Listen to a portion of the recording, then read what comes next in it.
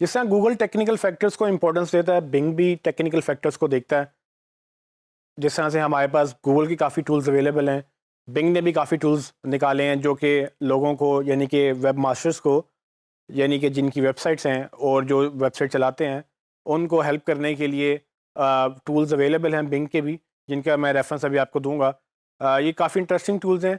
Almost दोनों की approach technically भी सेम है। जो चीज़ें गूगल देखता है वो चीज़ें बिंग भी देखता है, और बहुत सारी चीज़ें ऐसी हैं जो ओपन सोर्स प्रोजेक्ट्स के तौर पे सब सर्च इंजन एक ही प्लेटफॉर्म पे आना चाहते हैं, क्योंकि कोई भी दुनिया में गूगल के लिए अलग और बिंग के लिए अलग वेबसाइट नहीं बनाएगा। वो दोनों वो सब सर्च इंजन्स का यही कोशिश होगी कि जिस तरह से एक HTML एक स्टैंडर्ड है, जिस तरह से दुनिया में हर लैंग्वेज का एक स्टैंडर्ड बन जाता है, ये भी एक स्टैंडर्ड के मुताबिक अपनी पैरामीटर्स डिसाइड करें, अपने कंटेंट को अंडरस्टैंड करें, ताकि वेबसाइट बनाने वाले को ये मसला ना हो कि बिंग इस चीज़ को किसी और तरह से देखेगा और जो गूगल है वो इस चीज़ को किसी और तरह से देखेगा।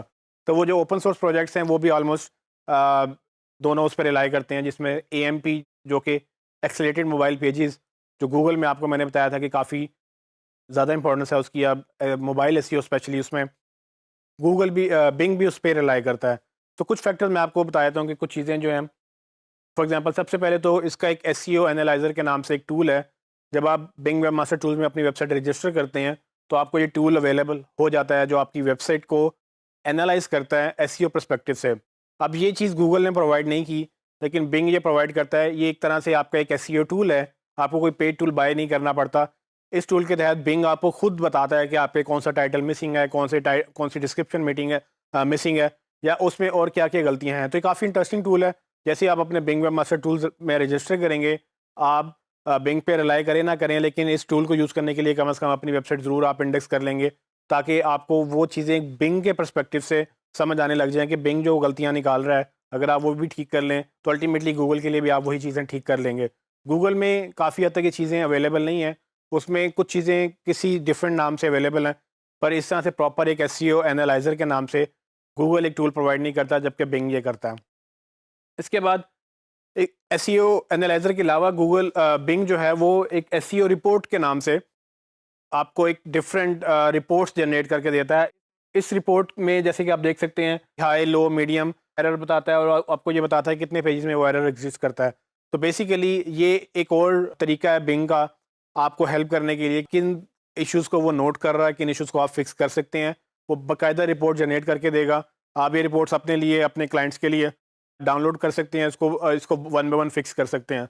अगेन अगर आप ये फिक्स बिंग के कहने पे करेंगे तो आप ये गूगल के लिए भी फिक्स कर रहे होंगे, क्योंकि गूगल भी ऑलमोस्ट यही चीज़ें देख रहा है, जो कि अगर बिंग को गलत नज़र आ रही हैं तो गूगल को भी गलत नज़र आ रही होंगी। तो ये भी एक बड़ा इंटरेस्टिंग टूल है।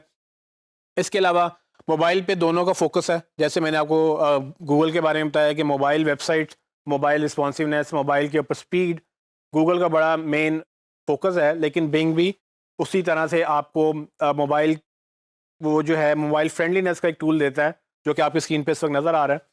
अगर आप इस लिंक पे जाएं और टेस्ट करें तो बिंग भी आपको ये बताएगा कि आपकी वेबसाइट में क्या मिसिंग है, क्या चीज़ें बेहतर हो सकती हैं।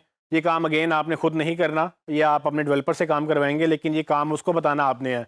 तो आपने अपने डेवलपर को और डिज़ाइनर को मैनेज करना है, क्योंकि इनकी परफॉर्मेंस आपकी जॉब के ऊपर अफेक्ट करेगी।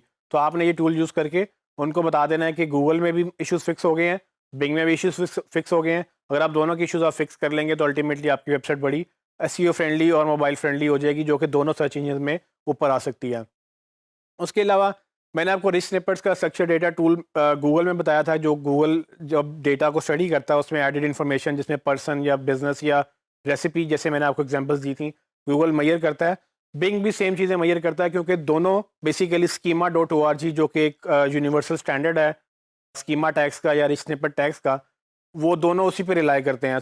सो बिंग भी आपको एक मार्कअप वैलिडेटर के नाम से वो टूल देता है, जिसमें आप जाके स्कीमा टैग्स या अपनी दूसरी चीज़ें जो हैं वो आप मैयर कर सकते हैं।